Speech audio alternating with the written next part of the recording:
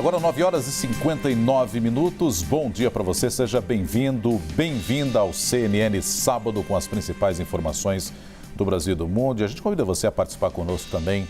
Lá no Twitter você usa a hashtag CNN Sábado. Na reta final do segundo turno, as campanhas dos dois candidatos à presidência estão concentradas nos dois maiores polos eleitorais do país, São Paulo e Minas Gerais. E claro, contam com o apoio de figuras públicas para conquistar votos. Para analisar essas e outras estratégias, nós vamos conversar agora com o cientista político e professor da ESPM, Paulo Ramires, que gentilmente atende a CNN. Professor Paulo, bom dia, bem-vindo, hein? Bom dia, muito obrigado pelo convite. Bom dia a todos os telespectadores. E aí estão certos esses candidatos em concentrar forças nesses dois polos que nós citamos, Paulo? Sem dúvida, São Paulo e Minas Gerais apresentam a maior quantidade de eleitores, de modo que as duas campanhas têm concentrado esforços exatamente nesses dois estados, Lula tem feito carreatas com a Simone Tebet, e vimos também a Simone Tebet, expressando palavras mais duras contra o Bolsonaro, Isso faz parte de uma estratégia de final de campanha, acirrar os ânimos, e isso diante também de uma campanha oposta, que é a do Bolsonaro, que também promove múltiplas críticas e ataques pessoais ao ex-presidente Lula. A grande característica dessa campanha eleitoral foi uma redução do nível do debate, Nós vemos poucas propostas na campanha eleitoral obrigatória na TV, no rádio, na internet, pior ainda, ataques recíprocos, o que faz, de fato, essa campanha como a mais tensa da história e a mais empobrecedora, como eu disse, em termos de propostas políticas. O resultado são não só esses ataques pessoais, mas também uma grande mobilização nas redes sociais e nas ruas entre as duas camadas de eleitores, que também têm criado fontes de críticas e fortes ataques de um grupo contra o outro. É importante a gente lembrar que vivemos uma democracia e o principal elemento desse regime é que saibamos respeitar o opositor, Ele não é um inimigo, mas opositor, e a democracia é o regime político que permite exatamente a convivência com aqueles que pensam de forma diferente, sem que eles tenham que ser eliminados, humilhados, atacados, assim como o vencedor necessariamente precisará ser respeitado. Professor, em 2018 nós tivemos já campanhas de desinformação, mas agora ela chega de um jeito diferente. Teve ministro que disse que é como se fosse uma campanha 2.0, diferenciada, etc. Dessa vez o que me chama a atenção é que os dois polos têm usado a campanha de desinformação um contra o outro. E recentemente nós tivemos essa manifestação do TSE sobre uma resposta mais rápida para a campanha de desinformação e até citando aqui um exemplo, evidentemente, do polo, a postagem do pastor André Valadão com aquele tique de informação falsa. A resposta mais rápida contra a desinformação pode empurrar os candidatos a uma campanha mais propositiva ou muito mais judicializada? Bom, nessa altura do campeonato, faltando uma semana, literalmente os dois candidatos partiram para um tudo ou nada. Desde 2018, com a eleição do Bolsonaro e durante a sua campanha, nós já vimos esse fenômeno, Isso porque o Bolsonaro tinha pouquíssimo tempo na TV e no rádio, algo em torno de 20 segundos, então a grande estratégia de Bolsonaro foi o uso da internet e das redes sociais, e como se não bastasse, uma avalanche de desinformações, fake news. Isso foi trazido para a campanha de 2022, agora com Bolsonaro com mais tempo de TV no primeiro turno, e no segundo turno com o mesmo tempo do Lula. Então, diante do fato de que uma avalanche de fake news foi utilizada já em 2018, agora em 2022, a campanha do PT não teve outra alternativa do que reduzir também o nível do debate, usando também, informações espalhafatosas, factoides, ainda mais essa relação do Bolsonaro com a maçonaria, o Bolsonaro com algumas falas muito infelizes relacionadas rolou um clima, como ele mesmo diz, pintou um clima, melhor dizendo, em relação a meninas da Venezuela. Então, vejam que esse nível de debate ele é muito baixo, o que faz com que as duas campanhas busquem o TSE exatamente para evitar um prejuízo maior em relação à rejeição desses dois candidatos. Então vejam que na semana passada a própria campanha do Bolsonaro recorreu ao TSE para que a campanha do Lula não empregasse de forma alguma qualquer menção à ideia de que Bolsonaro seria um pedófilo, e da mesma forma a campanha do Lula entrou junto ao TSE para restringir muitas desinformações causadas por uma outra emissora, que é a Jovem Pan, e então isso vai criando um clima, né, de censura dos dois lados. Mas, na verdade, a gente não pode esquecer que o papel do TSE é exatamente mediar essa situação tensa que nós estamos vivendo hoje, exatamente para que o maior prejudicado não seja o eleitorado, né, que passa diante de informações absolutamente esdrúxulas, né, de um candidato contra o outro. E isso também, à medida que o TSE acaba intervindo, isso cria um clima ainda mais contraditório, uma vez que a sensação do eleitorado e a forma como as duas campanhas têm usado as intervenções do TSE beiram a ideia de que haveria uma tentativa de censura, quando, na verdade, o que nós temos é uma tentativa de regular o nível do debate para que o eleitor tenha acesso às propostas. E não é exatamente essa guerra, né, de rejeições e narrativas que nós estamos vendo desde o primeiro turno. Professor, Tainá Farfan falando agora com o senhor de Brasília, bom dia. Existe um esforço muito grande nesse momento da campanha de conquistar os indecisos. De que forma essa troca de acusações entre os dois candidatos pode impactar na ida do eleitor às urnas no próximo domingo? Bom, nós temos, segundo as pesquisas, entre 1 ou 2% de votos brancos e nulos, 3 a 4%, algumas pesquisas apontam até mesmo 5% de eleitores indecisos. Considerando que essas mesmas pesquisas mostram uma distância variando de pesquisa de 8% até mesmo 4%, 3% entre um candidato e outro, esses votos dos indecisos eles vão ser essenciais e certamente determinarão a vitória ou a derrota de um candidato. Por isso, a importância, né, dessa reta final, uma vez que os políticos têm intensificado essas rejeições com a intenção de atrair esses votos brancos e nulos ou mesmo os indecisos. Ô, professor, ainda nessa linha da pergunta da Tainá, isso consegue motivar o eleitor a ir à urna? Porque, como o senhor destacou, é um momento em que se intensificam os ataques. E normalmente ou historicamente a gente tem realmente esse cenário.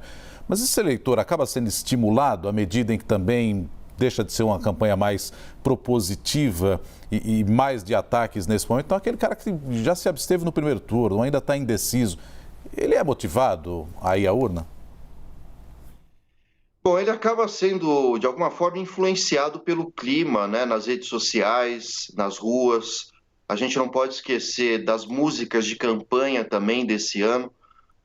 Não que outros anos isso não ocorresse, mas esse ano especificamente, as músicas dos dois candidatos, mais do que ressaltar as características e qualidades de cada um dos políticos, Lula e Bolsonaro, os jingles e as músicas de campanha têm sido empregadas contra os candidatos opositores, né? Então esse clima ele vai gerando no eleitorado uma sensação de rejeição maior ou menor de um sobre o outro, né? As pesquisas estão mostrando isso, né? Então quase 50% do eleitorado não votaria de jeito nenhum em Bolsonaro, 46% não votaria de jeito nenhum em Lula. Então essa é uma margem muito próxima de um contra o outro.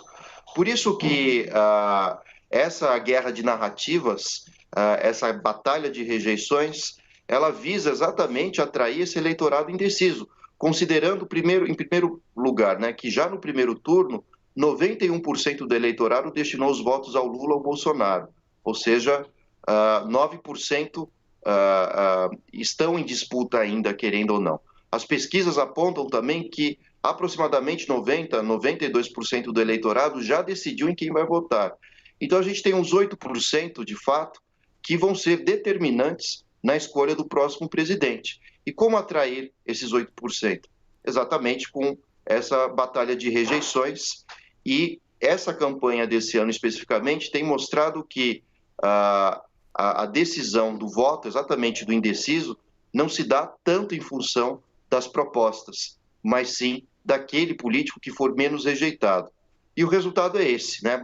Os dois partidos fazem pesquisas internas, e o que se demonstrou é que quanto menor o nível da campanha, quanto mais ocorrerem os ataques pessoais, mais isso vai ser determinante para o eleitor. Ou seja, nós estamos diante dos indecisos que escolherão não pelas qualidades do político, mas aquele que, desculpem a palavra, mas aquele que for o menos pior, literalmente. É isso que vai motivar o voto desses indecisos. Brasília Rodrigues. Oi, tudo bem, professor? Pois é, indo na linha aí dos meus amigos, eu gostaria que o senhor falasse mesmo dessa associação entre eleitor e a pessoa que ele elege. Em que medida os eleitores podem ser responsabilizados ou associados à qualidade da pessoa a quem estão destinando os seus votos e pode ou não ser eleita? Normalmente a gente diz que um representante espelha ou deveria espelhar os seus representados. Nestas eleições, as pessoas ficaram sem opção, estão passando pano e são tão aliadas, associadas assim, na mesma medida que os seus eleitos, ou mesmo as pessoas estão sendo enganadas, né?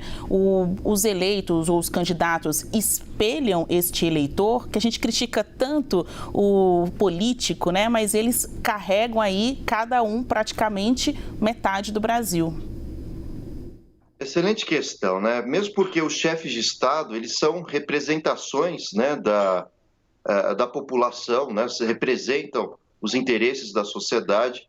A gente viu recentemente a morte da Rainha Elizabeth, como a população inglesa, né? Enfim, buscou prestar homenagens à rainha falecida. Havia um sentimento de identidade nacional a partir da figura do chefe de Estado. A mesma coisa aconteceu com Trump nos Estados Unidos. É bom que se diga, né, que apesar de todas as polêmicas que ele apresentava, ainda assim o eleitorado do Trump se identificava com a sua imagem, né, com suas posturas mais radicais, conservadoras. Ele usou algumas estratégias que também foram empregadas aqui no Brasil pelo Bolsonaro, da defesa da religião, do conservadorismo. E, por sua vez, o que a gente vê aqui no Brasil, entre Lula e Bolsonaro, é que esse eleitorado, tanto de um quanto para o outro, se identifica com essas figuras, né? E o que pode ser verificado, primeiro, em relação ao Lula, né? O Lula, o que ele tem demonstrado nessa campanha é uma imagem, né, que visa não ser o candidato apenas da esquerda. Aliás, por esse fator de ser um candidato também da esquerda, isso atrai uma parte do eleitorado que se identifica com essa posição política. Mas, ao mesmo tempo, o Lula tenta demonstrar que é um candidato que representa a democracia, as instituições democráticas, o respeito pelas eleições e tudo mais. Então, isso conseguiu atrair uma outra parte do eleitorado que votaria, por exemplo, em Geraldo Alckmin, agora em Simone Tebet. Então, é um eleitorado de centro-direita mais moderado. Então, essa é a aposta do Lula, né? Fornecer esse tipo de imagem à sociedade. Agora, por outro lado, o atual presidente Bolsonaro, ele representa valores que dizem respeito aos aspectos morais, principalmente, né? Então, é um candidato que se apresenta principalmente ligado aos grupos evangélicos, talvez os mais conservadores, e, de fato, a sociedade brasileira é muito conservadora nesse aspecto. Então, isso atrai uma grande quantidade de votos. A gente não pode esquecer, pelo menos segundo o último censo, a gente tem uma margem de praticamente 25%, 30% de uma população evangélica que em peso vota no Bolsonaro. E não é apenas isso, né? O Bolsonaro representa valores, né, do patriotismo, do nacionalismo. Então, muitos eleitores se identificam com essa feição. Agora, por outro lado, a gente não pode esquecer que existem críticas a essas posturas, né, e os dois mandatos desses dois candidatos. O Lula, quando criticado, é muito associado aos casos de corrupção. A própria esquerda, principalmente aquela mais fechada, como a gente vê na Venezuela, em Cuba também, em que são regimes que pouco oferecem liberdades individuais, porém algum grau de igualdade social, um pouco na Venezuela, claro, e o Bolsonaro, por sua vez, representa valores na crítica, né, que os lulistas fazem ao atual presidente, a valores conservadores muito negativos, como a questão do machismo, a própria LGBTQI-fobia, a questão também agora, né, que apareceu em relação à maneira como mulheres menores de idade são tratadas, infelizmente, no Brasil. Além disso, né, os acordos com o Centrão, e isso vale para os dois lados, né, evidentemente, ninguém governa sem o Centrão no Brasil. Então, da mesma forma que esses candidatos buscam atrair uma visão positiva sobre o seu eleitorado e uma identificação, por outro lado, as duas campanhas atacam um ao outro, mostrando o quanto são negativos esses valores. Por isso que está muito dividido esse ano essa campanha e, de fato, nós vamos ter uma apuração voto a voto e realmente só é possível prever o resultado, aliás, não é possível prever o resultado e apenas teremos a certeza de quem é o vencedor depois que o TSE declarar o resultado final. Conversamos com Paulo Ramires, cientista político e professor da ESPM. Muito obrigado pela sua entrevista. Eu agradeço, bom dia a todos.